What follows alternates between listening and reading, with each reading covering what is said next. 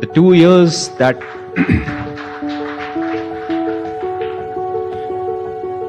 the 2 years that we were not part of IPL, the fans stood by us, and our fan following actually increased. Those were the tough times, but कुछ साल ban चलने के बाद comeback कर Chennai super king IPL 2018 का trophy जीतकर सबकी होश उड़ा चुकी थी। The bonding between me and CSK has been very strong. So the emotional part was coming back and now getting into the process of making. काफी tough phases थे हमारे लिए, but I've always said what doesn't kill me. Hyderabad को हरा दिया, तीसरी trophy जीत ली Chennai super Kings ने। Kings ने एक बार फिर से आईपीएल का खिताब अपने नाम किया महेंद्र सिंह धोनी की कप्तानी में। आईपीएल में 2 साल बैन चलने के बाद कमबैक कर रही चेन्नई सुपर किंग कमबैक पे कमबैक कर रही थी। ऐसे में माई की सीएसके की नज़र 2018 के बाद 2019 के क्वार्टर फाइनल पे थी। अपने इसी वर्चस्व से अपने इसी दबदबे को दोहराने के लिए एक बार फिर महेंद्र सिंह धोनी का सामना आईपीएल के सबसे बड़े राइवलरी पे था। यह मैच उन दोनों टीमों के बीच थी जो आईपीएल में सबसे बड़े राइवलरी थी। यह मैच उन दोनों टीमों के बीच थी जो आईपीएल के अंक तालिका में एक दूसरे के विपरीत थे। एक टीम अपने क्वालिफिकेशन के लिए खेल रही थी तो दूसरी टीम अपनी उम्मीद को बनाए रखने के लिए।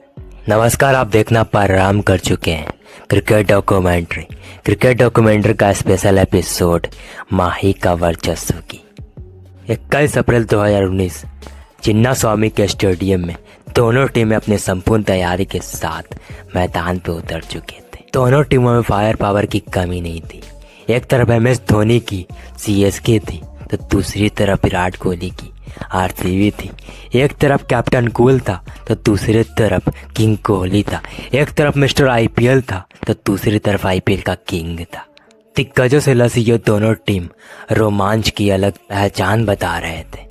21 अप्रैल 2019 को चिन्नास्वामी के स्टेडियम में महेंद्र सिंह धोनी और विराट कोहली टॉस के लिए आते हैं। टॉस जीतकर महेंद्र सिंह धोनी ने बड़ी चालाकी से पहले बॉलिंग करने का निर्णय लिया। वही दूसरी तरफ ना चाहते हुए विराट कोहली उसे स्वीकार करते हैं। यह रात दोनों टीमों की प्लेइंग 11। बेंगलोर की तरफ से ओपनिंग करने उतरते हैं खुद विराट कोहली और पार्थिक पटेल। विराट कोहली और पार्थिक पटेल ने मिलकर शुरुआती 2 ओवर में एक अच्छी शुरुआत दी, परंतु दीपक चहर की वो स्विंग भरी गेंद के सामने विराट कोहली दीपक चहर का शिकार बन चुके थे। विराट कोहली मैच 9 के स्कोर पे पवेलियन पहुंच चुके थे, परंतु विराट कोहली के आउट होने के बाद वह सख्त मैदान पे आता है जिससे दिग्गज बॉलर भी खौफ खाते थे, जिससे क्रिकेट की दुनिया में हर गली में बच्चा उसे मिस्टर 360 से जानता है। एवी डिविलियर्स अपने संपूर्ण तैयारी के साथ चिन्नास्वामी के स्टेडियम में अपने वर्चस्व को स्थापित करने उतर चुके थे। पहला ही गेंद से अपना एक अलग अंदाज में खेल रहे हैं एवी डिविलियर्स उस छक्के से अपना वर्चस्व स्थापित कर चुके थे। एवी डिविलियर्स और पार्थिक पटेल ने आरसीबी की पारी को संभाला और 6 ओवर आते आते 49 पे 1 स्कोर था आरसीबी का। आरसीबी की इस पारी को और आगे बढ़ाने के लिए साउथ अफ्रीका डायनामाइट एवी डिविलियर्स छक्के पे छक्के चढ़ रहे थे। महेंद्र सिंह धोनी ने एवी डिविलियर्स कैसे खेलते देख एवी डिविलियर्स का तोड़ निकालते हुए रविंद्र जडेजा को भेजा। रविंद्र जडेजा को महेंद्र सिंह धोनी ने जिस मकसद से भेजा था रविंद्र जडेजा उसमें सफल रहे और एवी डिविलियर्स को अपना शिकार बना लिया। एक तरफ से आरसीबी की विकेट पे विकेट गिर रही थी, दूसरी तरफ पार्थिक पटेल अपने धुन में सवार थे और 13 ओवर आते आते आरसीबी का स्कोर था 100 पे 3। रौद्र रूप धारण कर चुके पार्थिक पटेल 16 ओवर आते आते अपना 50 पूरा कर चुके थे। महेंद्र सिंह धोनी ने पार्थिक पटेल का तोड़ निकालते हुए डेथ ओवर स्पेशलिस्ट और सीएसके के सबसे दिग्गज प्लेयर ब्रावो को भेजा। ब्रावो ने अपने 16 ओवर गेंद के सामने पार्थिक पटेल को अपना शिकार बना लिया। 37 बॉल में 53 रन की बेहतरीन पारी खेलकर अपना काम कर चुके पार्थिक पटेल अब पवेलियन लौट चुके थे। पार्थिक पटेल के आउट होने के बाद और अब मैदान पे थे साउथ अफ्रीका के दिग्गज प्लेयर मोइन अली और ऑस्ट्रेलियन पावर मार्कस स्टोनिक। मार्कस स्टोनिक्स और मोइन अली ने कुछ ओवर तक पारी को पहले संभाला, परंतु इमरान ताहिर ने मोइन अली को अपना शिकार बना लिया और अब आरसीबी का स्कोर था 132 पे 5 17 ओवर के बाद। वहीं दूसरी तरफ मोइन अली ताबड़तोड़ 26 बॉल में 36 रन आरसीबी को एक सम्मानजनक स्कोर पे पहुंचाया। मोइन अली की इस ताबड़तोड़ पारी के बदौलत आरसीबी 161 के स्कोर पे पहुंच चुकी थी। आरसीबी का स्कोर कार्ड और ये रहा चेन्नई का बॉलर्स का पराक्रम। चिन्नास्वामी के इस छोटे से मैदान में 120 गेंदों में 162 रन का टारगेट कोई बड़ा टारगेट नहीं था, क्योंकि कुछ क्रिकेट पंडितों के अनुसार आरसीबी का गेंदबाजी क्रम उस आईपीएल का सबसे खराब गेंदबाजी क्रम था और इन गेंदबाजों की मदद से यह स्कोर डिफेंड कर पाना असंभव लग रहा था।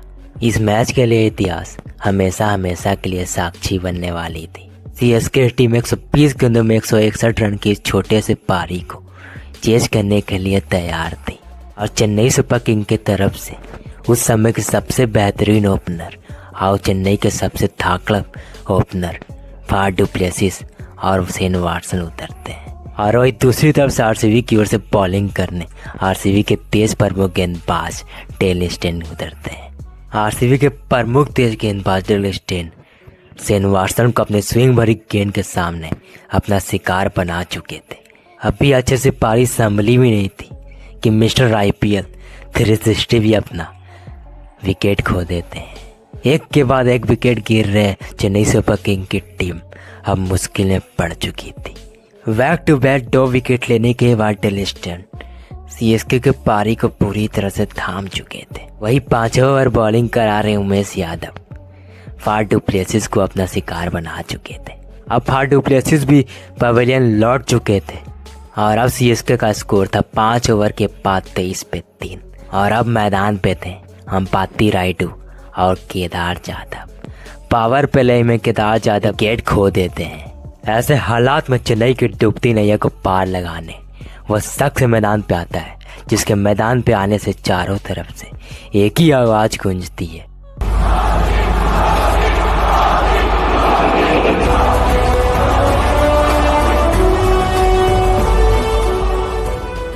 वह शख्स मैदान पे आ चुका था जो अनहोनी को होनी कर दे, जिसका नाम महेंद्र सिंह धोनी था। MS धोनी और अंपाती रायडू ने मिलकर पहले पारी को संभाला और 10 ओवर के बाद 97 पे 4 अब सीएसके का स्कोर था और अब रिक्वायर रन रेट 11 पे पहुंच चुका था।